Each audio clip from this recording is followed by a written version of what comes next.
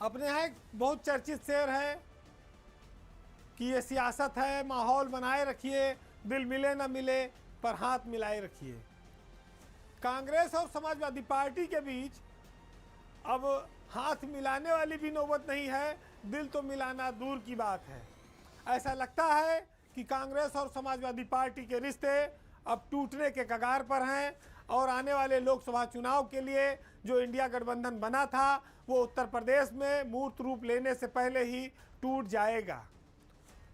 इसके पीछे कारण उत्तर प्रदेश कांग्रेस कमेटी के अध्यक्ष और समाजवादी पार्टी के बीच चल रही जुबानी जंग है।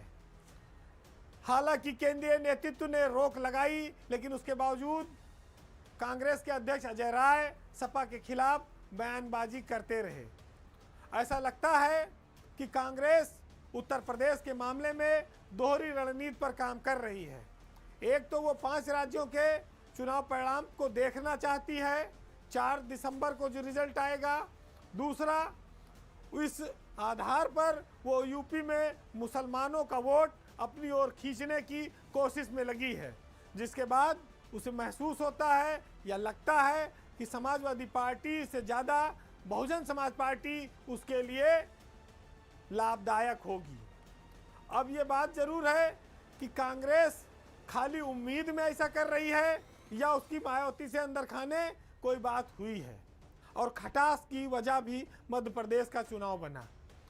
अखिलेश के बजाय कांग्रेस मायावती का अगर हाथ थामती है तो उत्तर प्रदेश में उसकी क्या स्थिति बनेगी। खास तौर से उसकी जो परंपरागत सीटें हैं अमेठी और रायबरेली की, जहां आज तक न तो मुलायम सिंह ने जीते जी कभी वहां सपा का प्रत्याशी दिया कांग्रेस के दिग्गज नेताओं के खिलाफ, और न अखिलेश यादव ने। अगर ये दोस्ती टूटती है तो मायावती के दम पर या मुस्लिम वोटों की चाहत में अमेठी और रायबरेली में कांग्रेस कितना बड़ा रिस्क ले पाएगी, क्योंकि ये उनके शीर्ष नेताओं की कॉन्स्टिट्यूंसी है। और अमेठी पहले भी वो हार चुकी है एक बार राहुल गांधी वहां से, जिसको लेकर कांग्रेस की बड़ी फजीहत हुई। कांग्रेस में कुछ लोग इस विचारधारा के हैं कि मुस्लिम और दलित का एक कॉम्बिनेशन बनाकर एक भरोसा पैदा किया जाए और उत्तर प्रदेश में लोकसभा के नए समीकरण पैदा किए जाएं। पिछले दिनों समाजवादी पार्टी कार्यालय पर राज्य कार्यकारिणी की जो बैठक हुई, उस बैठक में भी सपा ने तेवर दिखाते हुए साफ कर दिया कि अगर हम इंडिया गठबंधन में कायम भी रहते हैं तो समाजवादी पार्टी 65 सीटों पर चुनाव लड़ेगी। तो 65 और 15 80, 15 बचा, 15 यानी कि कांग्रेस को देगी। 65 में वो लोकदल को और चंद्रशेखर आजाद की पार्टी को अपने साथ मानती है, यानी कि 15 क्लियर सीटें वो कांग्रेस पार्टी को देने की स्थिति में होगी। वैसे कांग्रेस का जो आज के दौर में पूरा खाका है, रवैया है, वो दर्शाता है कि वो भाजपा से कम और सपा से ज़्यादा लड़ना चाहती है। हर चुनाव जब करीब आता है लोकसभा का तो कांग्रेस में ऐसे ही उछाल आता है और रिजल्ट आने के बाद यूपी में कांग्रेस फिर बैठ जाती है चुपचाप। कांग्रेस के शीर्ष नेतृत्व को ये देखना होगा और पिछले कई 2014 और 2019 के लोकसभा चुनावों के परिणामों का भी एनालिसिस करना होगा। हालांकि कांग्रेस का जो शीर्ष नेतृत्व है उसने अभी तक कोई भी बयान इंडिया गठबंधन के सहयोगियों के विपरीत नहीं दिया है, लेकिन यह भी साबित नहीं हुआ कि वो कहीं अजय राय को रोकने की कोशिश कर रही है।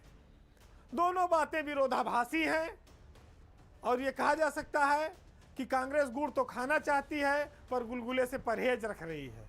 आज जहां पर अखिलेश यादव और कांग्रेस पार्टी खड़ी है उसकी सच्चाई ये है कि मध्य प्रदेश में वो महान दल के साथ 30 से 35 सीटों पर कांग्रेस को टक्कर दे रहे हैं, लेकिन इसका सबसे ज़्यादा फायदा भाजपा को होता नजर आ रहा है, क्योंकि जितना वोटों का बिखराव होगा, मुस्लिम वोटों का बिखराव होगा, ओबीसी वोटों का बिखराव होगा, उसका सीधा लाभ बीजेपी को मिलेगा।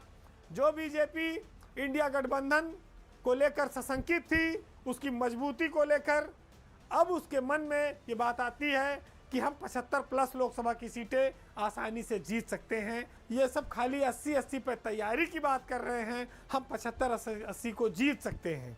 और उसके लिए उसने दलित सम्मेलन, ओबीसी, मंत्रिमंडल विस्तार, नेताओं का सम्मान, हर दरवाज़ा, हर रास्ता, हर खजाना खोल दिया है।